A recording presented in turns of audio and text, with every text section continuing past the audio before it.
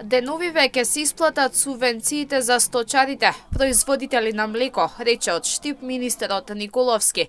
Тој посочи дека до крајот на годината ќе бидат исплатени долговите кон сточарите за оние 3-4 години колку што се доцнело, а ќе останат само субвенциите за тековната 2023 година.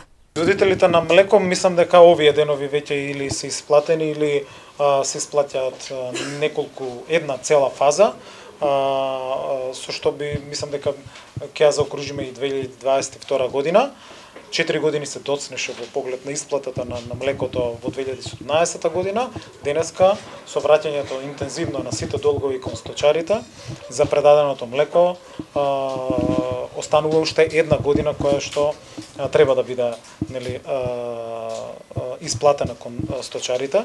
Николовски рече дека ќе се обезбедат и дополнителни финанси, прво за да се исплатат преостанатите субвенции за предадено млеко, а второ за да се исплатат субвенции според новата методологија за сточарите, да ги имаат средствата и да инвестираат во следната сезона.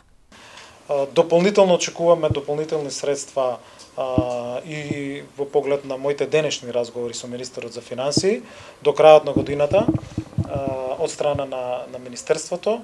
Исто така, сите тие средства ќе бидат насочени кон две категории, односно до исплата на сточарите во поглед на предадено млеко и второ, реализација на она што го започнавме, тоа е нов модел на субвенционирање, каде што до крајот на годината за прв пат, ова историска година, 30% од субвенциите ќе бидат исплатени во оваа календарска година за тековната година, односно за сите оние кои што пријавија субвенции во рокот кој што беше мај и јуни.